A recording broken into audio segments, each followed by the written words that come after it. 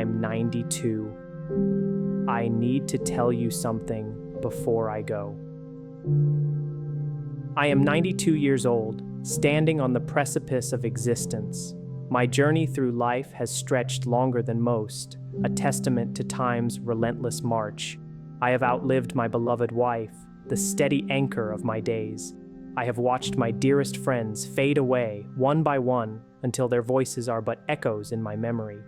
I have even outlived my enemies, those whose paths once crossed mine in conflict, their battles long since quieted. And perhaps most significantly, I've outlived the younger, more anxious version of myself, the man who once cared so deeply, so terribly, about what others thought of him. That burden has finally, mercifully, lifted. Now I stand at the very edge of a towering cliff, the wind whipping past me, carrying whispers of a lifetime. I can clearly see the bottom, a vast and inevitable expanse. But before I take that final step, before I surrender to the inevitable, I feel an urgent, profound need to turn around. I need to speak to you, the people still lingering down there, at the party of life, oblivious to the view from up here. I need to share what I see, because from this vantage point, it's clear. You are living a profound and dangerous lie. You walk around with a comfortable, even arrogant delusion that time is an endless commodity, a vast ocean stretching to infinity. You treat your precious days as if they are cheap, utterly disposable, believing you have an infinite supply stored safely in some cosmic bank account. Well, I'm here to deliver a stark truth. You are utterly broke. Every single one of us is going to die. You understand this intellectually, of course, a cold fact memorized from childhood, but you don't know it. You don't feel the chilling, unyielding steel of that truth pressed firmly against your throat, a constant reminder of its proximity. If you truly felt it, if that existential chill truly seeped into your bones, you wouldn't be living the way you are. You wouldn't waste your precious moments. So let me tell you about a man named Jack. It was 1968, a year vibrant with change and possibility. Jack was more than just my best friend. He was a force of nature. He was smarter than me, with a mind that could dissect any problem. He was undeniably better looking than me, a natural charmer, and he was richer than me, a true financial shark in the business world, driven by an insatiable hunger for success. We were celebrating one night, raising glasses to a truly massive deal he had just masterfully closed. He sat there, a Cuban cigar smoldering between his fingers, leaning back in his luxurious leather chair, the picture of contentment and triumph. He looked at me, a gleam in his eye, and declared, "Frank, just 5 more years. That's the plan, the ironclad strategy. I'll grind relentlessly for 5 more years, hit that magic number, and then I'm done. Then finally, I'll take Mary to Italy, just like I promised. Then I'll learn to paint, truly immerse myself in art. Then, Frank, I'll start living." Jack had it all mapped out. He had a meticulous roadmap for his future, a future he believed was firmly in his control. 3 days later, the universe delivered a brutal, unexpected blow. Jack walked out of his gleaming office building, perhaps still mentally rehearsing his grand 5-year plan, when he suddenly clutched his chest. He hit the cold pavement before he could even register the sensation of falling. A massive heart attack. He was only 42 years old, in the prime of his life, with so many dreams laid out before him. He never saw Italy. He never dipped a brush into a single drop of paint. He never truly started living the life he had so carefully planned. I stood over his casket, the heavy scent of lilies filling the air. And the true tragedy wasn't merely that Jack had died. We all die, eventually. That is the one constant in a universe of variables. The profound tragedy was that Jack had spent his entire vibrant existence waiting to live. He treated his life like a dreary waiting room, patiently enduring the present for a better future that was never guaranteed, a future that for him never arrived. And the cruelest, most sobering part of it all, I went to his office a week later to help clear out his desk. His calendar was meticulously booked for the next 6 months, crammed with meetings and commitments. His inbox was overflowing with urgent messages, demands, and opportunities. The world, I quickly learned, didn't stop because Jack died. His company, a vast impersonal entity, replaced him in 2 weeks. His clients, whose loyalty he had cultivated so assiduously, forgot his name within a year. And right now, as I look at you, I see echoes of Jack. You are telling yourselves the exact same seductive lie. I'll be happy when I get that promotion. I'll take that dream trip when the kids are older. I'll forgive my brother when he finally apologizes. Let me give you an unvarnished hard fact from a man who has seen 92 years of this world. There is no later, there is only now. And if you are foolishly trading your precious, undeniable now for a later that isn't guaranteed, that might never materialize, you are making the worst, most reckless bet in the entire history of gambling. The illusion of accumulation, your stuff. Let's talk about your stuff. Your possessions, the material world that consumes so much of your energy. I look at your generation and I see an almost frantic obsession with accumulation. You relentlessly buy things you genuinely don't need, using money you often don't truly have, all in a desperate attempt to impress people you don't even particularly like. It's an exhausting, futile cycle.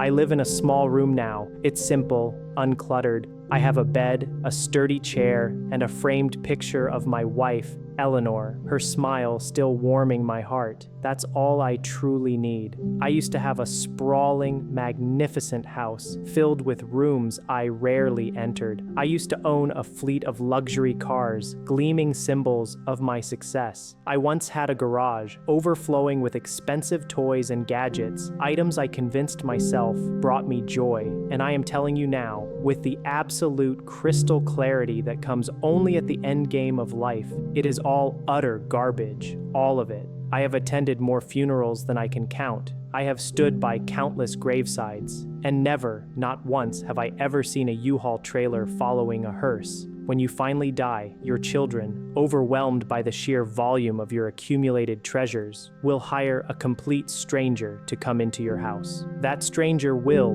without a moment's hesitation, toss 90% of your precious stuff, your carefully curated possessions, directly into a dumpster. The remaining 10%, they'll probably sell it at a yard sale for mere quarters, a paltry sum that barely covers the gas money to get there. That, my friends, is the sum total, the ultimate legacy of your materialism, future trash. So I ask you, why are you relentlessly pushing yourself so hard, sacrificing your well-being and your precious time just to buy it? Why are you working 60 hours a week, missing the irreplaceable moments of your daughter's childhood, all to pay for a luxury car that sits endlessly in traffic, a depreciating asset? It is absolute madness, and you won't truly realize the profound madness of it all until you are sitting exactly where I am sitting now. And by then, it will be far too late to return the merchandise, too late to reclaim the time you wasted.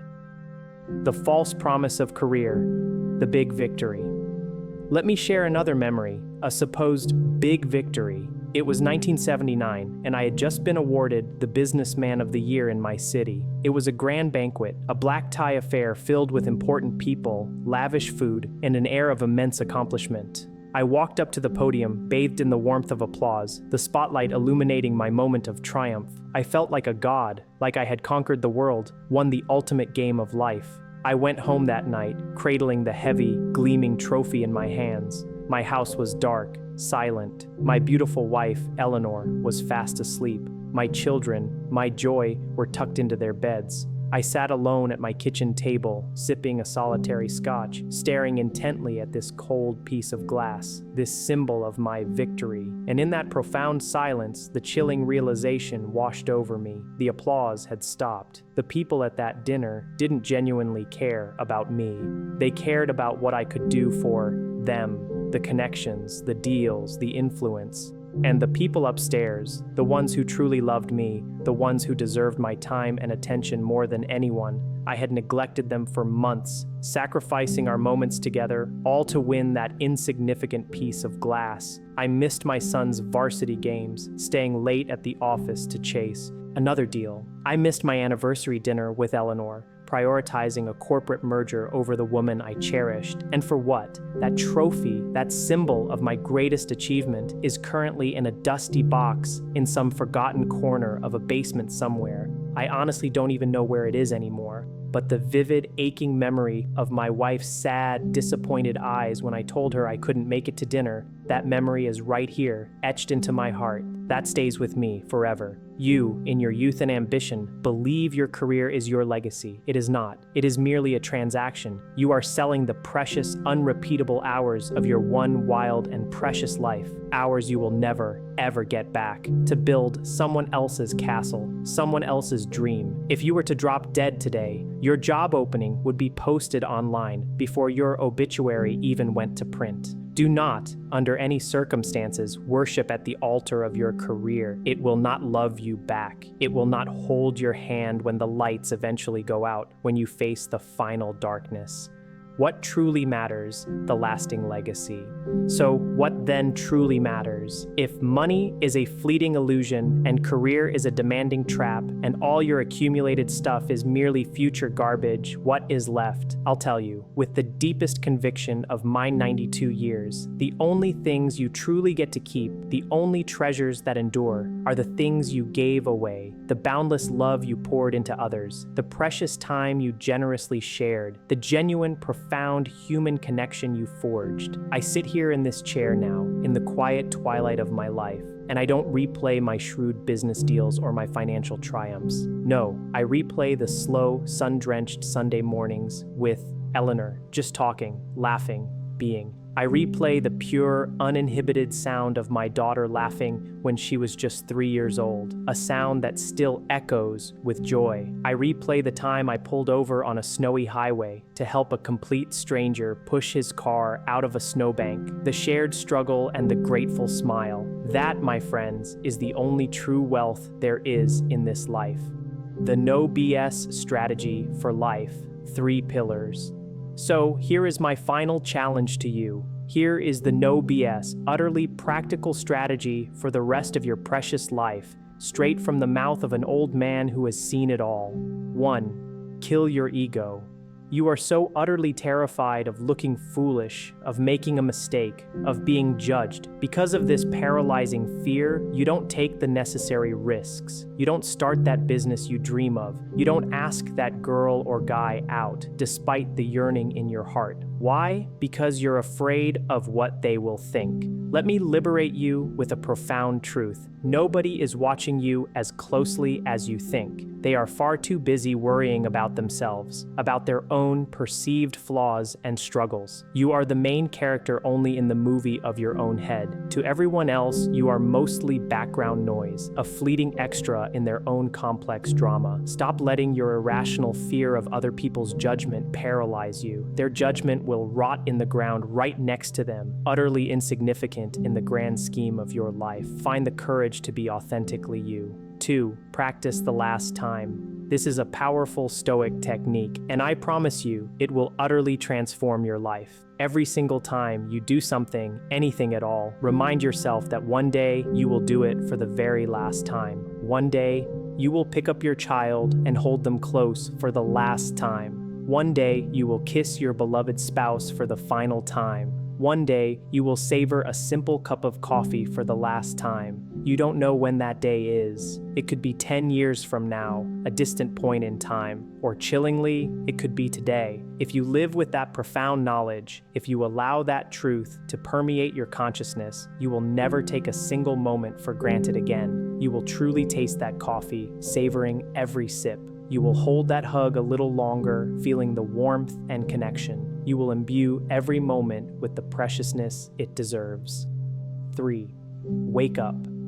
I am 92. My back constantly aches, a dull throb that never quite leaves. My eyes are dim, struggling to discern the fine details of the world. But you have the golden ticket. You have your health, a boundless energy you take for granted. You have your youth, a precious gift of vitality and potential. And what are you doing with it? You are spending it scrolling mindlessly through a phone, numbing yourself to the vibrant reality around you. Stop it. Just stop. Put the device down. Go outside. Feel the invigorating kiss of the wind on your skin. Look up at the vast, endless sky and marvel at its majesty. Call your mother, tell her you love her, genuinely connect. Forgive your enemy, not for their sake, but for your own. You simply don't have the time or energy to carry the heavy luggage of hatred and resentment anymore. Let it go. We are all going to die. It is the one absolute guarantee we have in this uncertain existence. But most people, a tragic majority, never truly live. They merely exist. They play it safe. They stay comfortable within the boundaries of what they know, what they find easy, and then, without ever truly experiencing the fullness of life, they simply expire. Don't be like Jack. Don't wait for some mythical 5-year plan to magically begin your life. Eat the good food, the delicious, indulgent meals. Buy the plane ticket. Embark on that adventure you've always dreamed of. Say, I love you first. Don't wait for someone else to initiate, because the clock is ticking, my friends. Can you hear it? That faint, relentless rhythm. That is the sound of your one precious life running out. Don't let it run out empty, filled with regrets and missed opportunities. I am tired now. My message is delivered. Go and truly live.